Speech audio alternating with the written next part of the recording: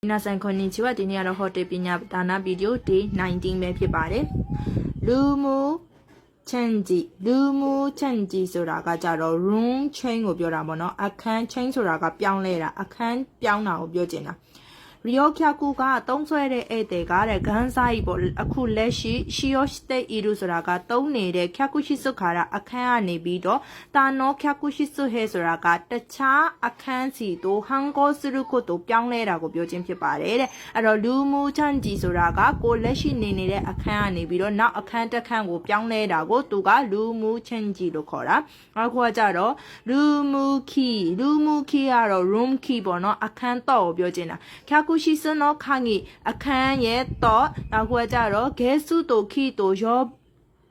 ဘူးပါအိုင်မိုအာတို့ဂဲစုတို့ခီလို့လည်းခေါ်တဲ့အချိန်လည်းရှိပါတယ်တဲ့အခုကကြတော့လေတိုချက်ကူအောက်တို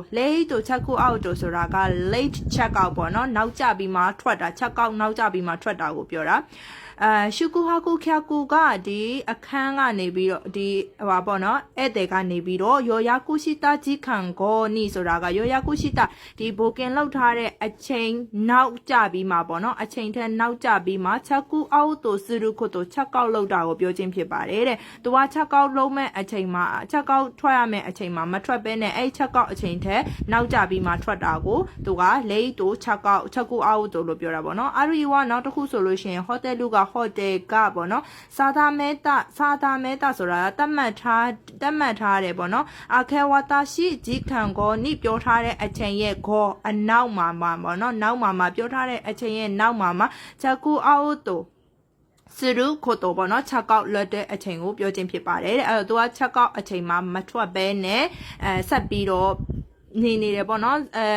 ချက်ကောက်ထွက်မဲ့အချိန်ထက်နောက်ကျပြီးမှထွက်တာကိုလေတိုချက်ကူအောက်တိုလို့ပြောတယ်နောက်ခွာကြတော့ရောစုတိုအန်တိုဖောင်းတိုရောစုတိုဆိုတာက lost ကိုပြောတာအန်တိုဆိုတာ ANDN lost and found ဆိုတာက found အဲ့တော့ lost ဆိုတာကကြတော့ပျောက်ဆုံးသွားတာကိုပြောတာ found ဆိုတာကရှာဖွေတွေ့ရှိတာပေါ့နော်ပျောက်သွားတာနဲ့ရှာဖွေတွေ့ရှိတာတဲ့ hotel လူရောငေါ်တဲ့ဆိုတာက hotel ကိုသုံးပြီးတဲ့နောက်မှာပေါ့နော် she said so nice ni okay တို့